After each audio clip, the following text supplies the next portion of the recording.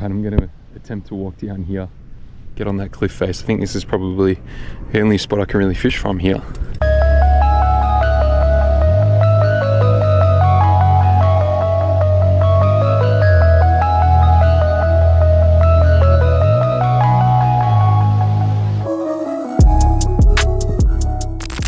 So today we've got the exBert reel, this Chinese budget shallow spool reel on the Pure Lure Zero. I'm going to try and cast a 1/8 ounce jig head with a paddle tail first. I'm guessing it's kind of deep here. I'd like to cover some water, seeing as, yeah, I've never seen the water quite this high, so let's have a cast. Passable cast, just a easy one-handed forehand cast, probably 20 or so meters. Not long into the cast testing, it was pretty obvious that the reel was overbraked. I wonder if removing 2 of the 10 magnets would get the job done.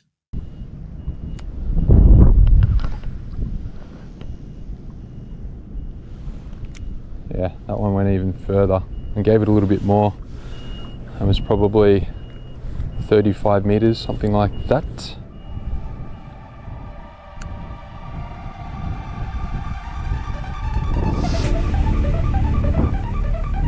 Alright, so what we've done here, changed the handle out to this, I think this is a Seesaw handle that was on a choice day, as a choice day item.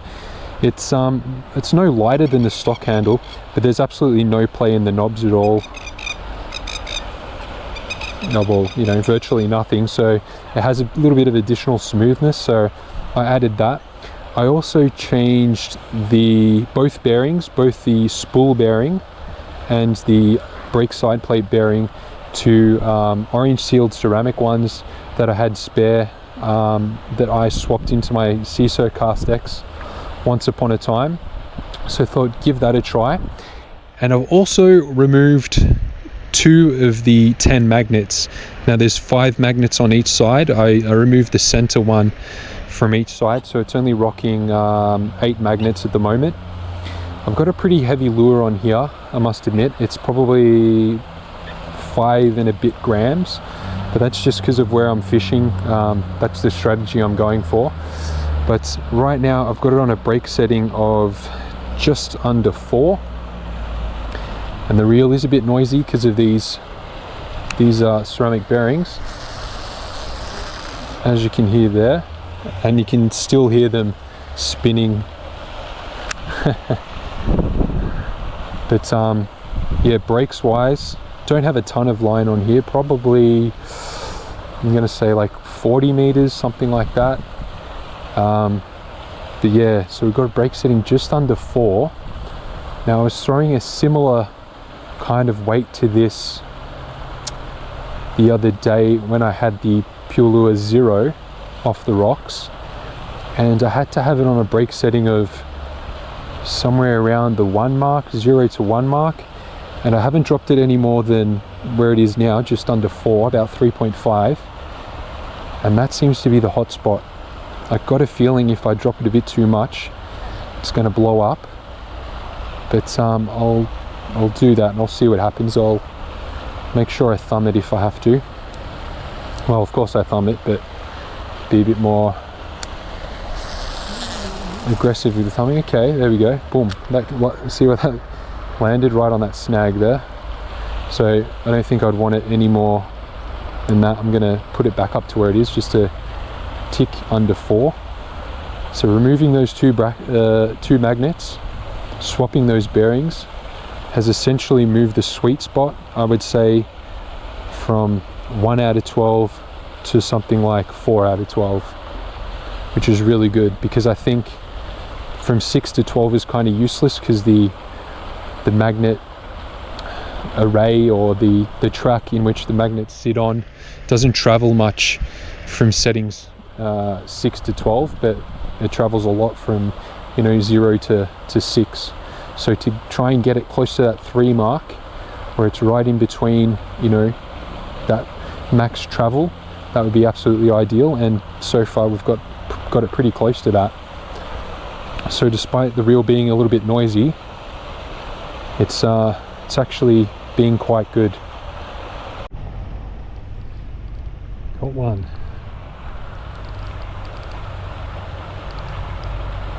You ready?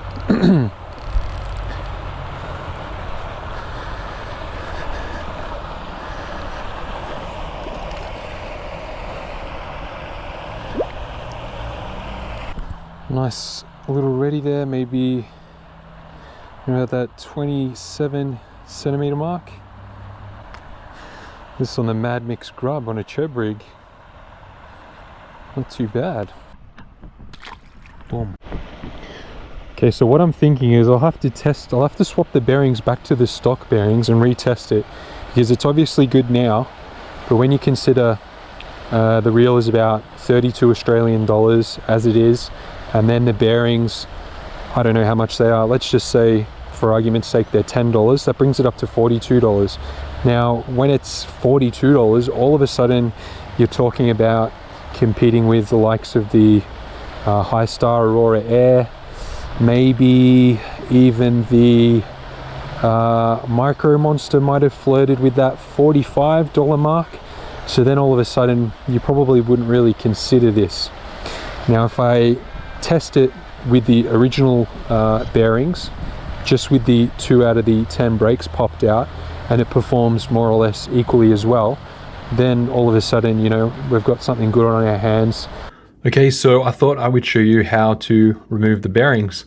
Now, for those of you that don't have a kit, this Howton kit, I'm sure a few of you guys have seen this brand of rods on AliExpress, but got this kit a while ago.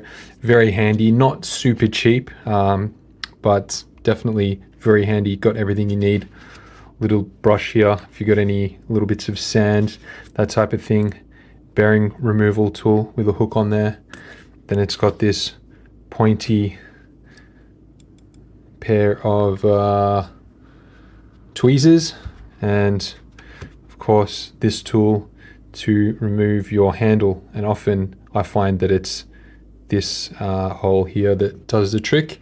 And also it comes with a flathead screwdriver. And the most important thing about this kit is the bearing removal tool, which I'm going to use now and show you how it is done. Okay, so here is the reel. We're going to pop off the side plate, flick that down, and then the side plate pops out a little. And then once it's out there, I think you twist it downwards like so. And that has exposed the spool. Looks pretty smart on there. Anyway, the bearing. There's one on the spool here. We've got to remove that. I put some orange sealed ceramic bearings in here and here. And as you can see here, the center magnet on each side I removed, and that seems to have done the job. So now we'll remove these bearings and replace them with the stock ones. All right, first thing you want to do, you want to try and establish if there's a thicker side of that little pin there, and you want the thicker side to be on this side of here. So I think this is the thicker side here. We'll put that over the top there, and there's a little hole inside of here, and then we're going to push that into that little hole so it won't sort of spin around. We'll just pinch that down there. Get this guy here. Firstly, we're going to use the thicker end that has the thread on it. And in the meantime, you're just going to, can be a little bit awkward, keep an eye on inside here and make sure when that thread pops out, it makes contact with the pin, which it has there. And then just do it slowly until the threaded part touches the actual shaft. That means that the pin is kind of even with the shaft and halfway out already.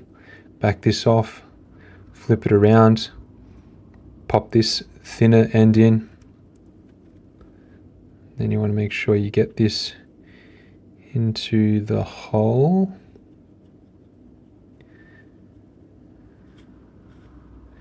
and then you can see here on that little left hand side hole, the pin is coming out. There we go. That is out. There's our pin there. Put that off to the side. And now we just need to remove this one. Very simple. There's a clip that surrounds the bearing there. Get some tweezers, pop it out, and make sure it doesn't pop out and fly away, because I have definitely done that before and have lost one of these clips.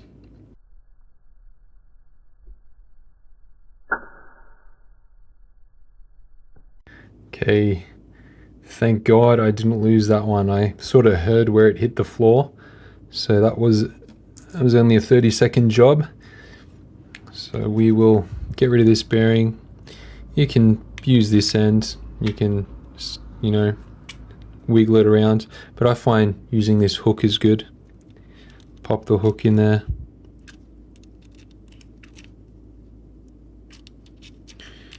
And there we go. Okay, I just wanted to say how I got rid of the magnets.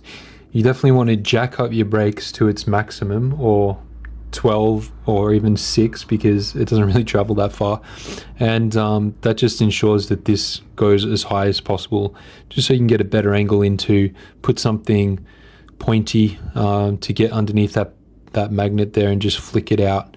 And they came out without too much trouble. Okay, now we will put our stock bearing back on.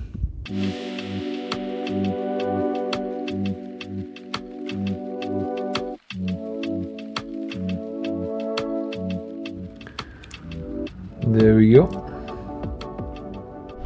Alright, so we have the reel with stock bearings in. Got a 1/8 ounce jig head with a 2.5 inch plastic. 4.5 grams maybe, something like that. So let's just see how this goes. Wow, very impressive.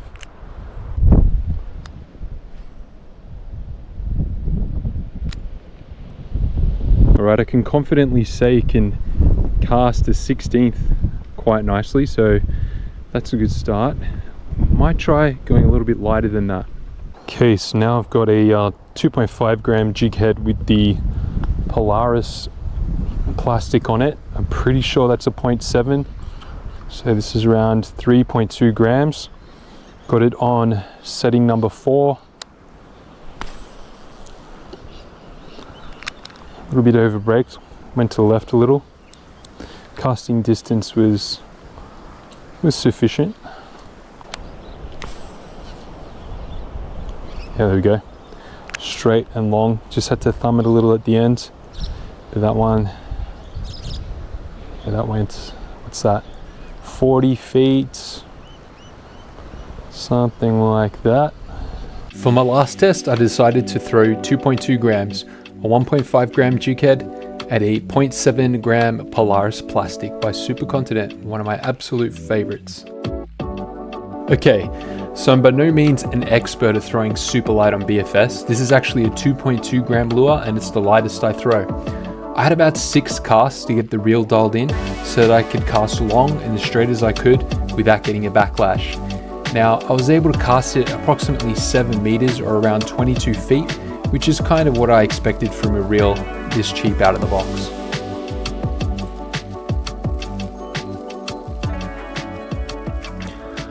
Okay, now for my final thoughts. Now that the casting's out of the way, I would say this reel and the CISO Cast X, both of the prices are pretty much the same, but there are some pros and cons on both of the reels. The Cast X comes with 2 spools, the shallow and the deep spool, and it's got the Daiwa style knobs, whereas this one is lighter and it's got better looks in terms of the body, which I think is quite important. I don't think the Cast X is the sexiest looking reel out there, to be honest.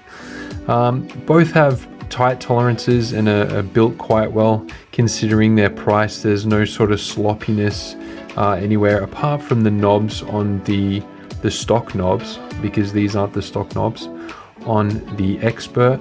But all in all, you know, pulling out here, the button, it's all the tolerances are quite good. The drag clicker sounds good, but both of them will struggle to cast under 3.5 grams. I mean, it comfortably casts 3.5 grams, a 1/16 ounce jig head with a plastic, so around about that 3.7 gram mark, something like that, obviously depending on the plastic. Both of them can cast it fine. With this one, you'll need to remove the 2 out of the 10 magnets and just rock 8 magnets, because the 10 magnets is just far too strong, and it puts the sweet spot when casting sort of like 1/8 of an ounce, sort of like that, you know, 4.5, 5 gram mark. Kind of puts the breaking sweet spot at I believe it was 6, until I took out those magnets and it brought it down underneath 4.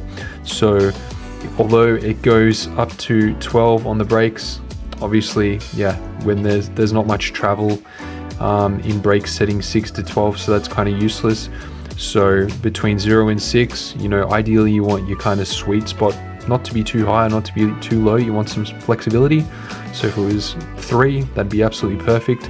And with these stock bearings and the 2 magnets removed, I was casting the second lightest lure I tested today, which was just under 3 grams on the 2 setting, and I had my 1/8 ounce just under the 4 setting.